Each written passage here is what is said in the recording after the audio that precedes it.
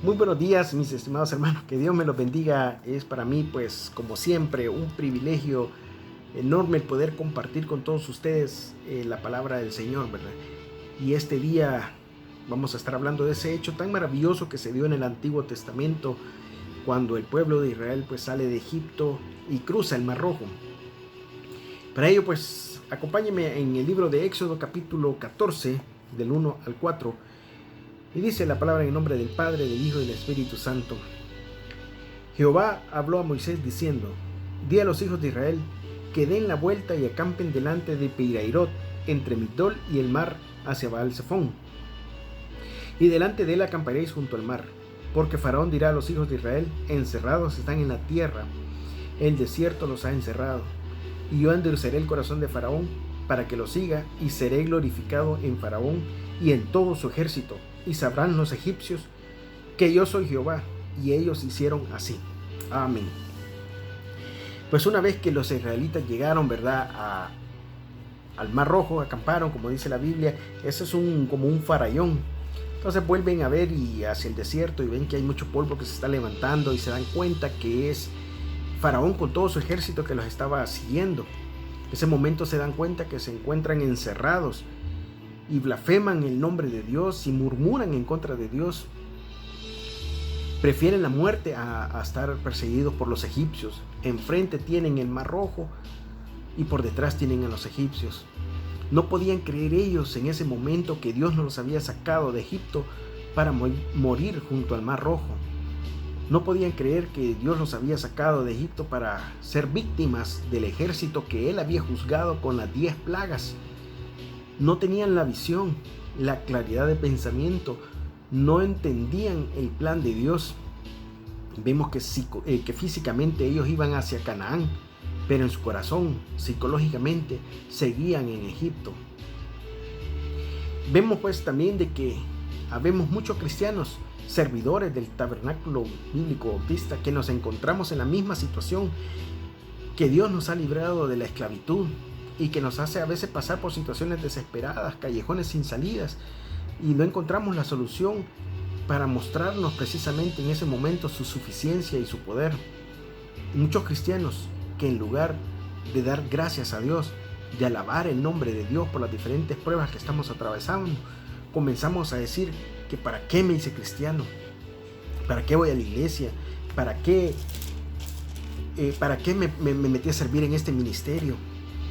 Y antes no tenía estos problemas, antes no me pasaban estas pruebas, y empezamos a creer que estamos en Cristo, pero nuestro corazón, psicológicamente, seguimos siendo esclavos del mundo. Entonces Israel se encontraba en un dilema. ¿Qué iban a hacer?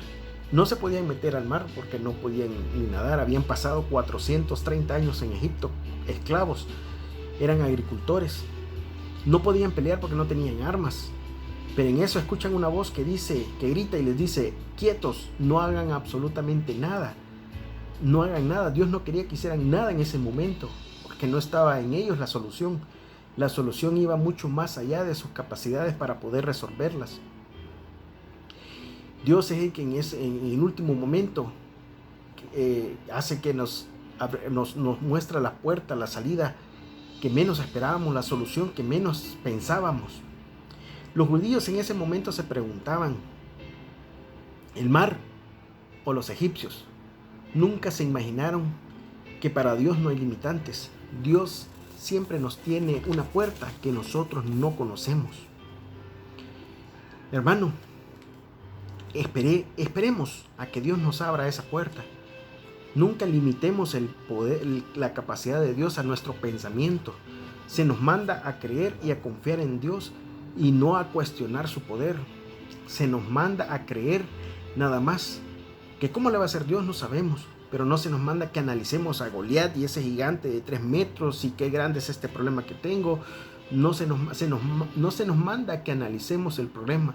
Se nos manda a creer en el Dios vivo y dejar que Dios sea el que derrumbe ese gigante, que mueva la montaña, que quite el problema, que nos abra el Mar Rojo. Pero es Él el que en el último momento nos abre la puerta que menos esperábamos. Pero nosotros debemos, a través de la fe, abrirnos paso. Decíamos que el cristiano el cristiano que no cree como los judíos que estaban frente al mar, que Dios aquí no me puede ayudar, Dios aquí no me puede, no es capaz, que aquí Dios no va a actuar.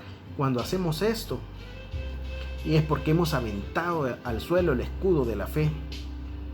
Pero cuando confiamos en medio de las circunstancias que Dios sí puede, aunque digamos, no sé cómo le va a hacer Dios con mi trabajo, no sé cómo le va a hacer Dios con mi familia, no sé cómo le va a hacer Dios con esta pandemia, pero lo que sí sé es que mi Redentor vive. Esa fe, esa confianza es la que nos abre paso, la que nos hace entrar en medio del mar. Es la que nos abre la puerta que menos esperábamos, y seguimos confiando que Dios es el omnipotente, el todopoderoso. El capítulo 13, si me acompaña, dice: y Moisés dijo al pueblo: no temáis, estad firmes y ved la salvación que Jehová hará hoy con vosotros, porque los egipcios que hoy habéis visto, nunca más para siempre los veréis. Amén. Entonces las órdenes fueron: no tengas miedo, estad quietos. Entonces vemos que hasta que no tuvieron miedo, hasta que no estuvieron quietos, no podemos ver la salvación. Para ver la salvación de Jehová, tenemos en primer lugar que librarnos del temor, estar quietos, confiados en oración y dejar que Dios actúe. Estar quietos, que yo soy Dios, dice. Hebreos 11:6 dice: pero sin fe es imposible agradar a Dios, porque es necesario de que se acerca a Dios, cree que le hay y que Él es galardonador de los que le buscan. Dios nos contesta, y nos contesta sí o no, pero si no tenemos fe, no podemos permitir que Dios actúe mediante nuestra confianza en Él. ¿Y qué es la fe?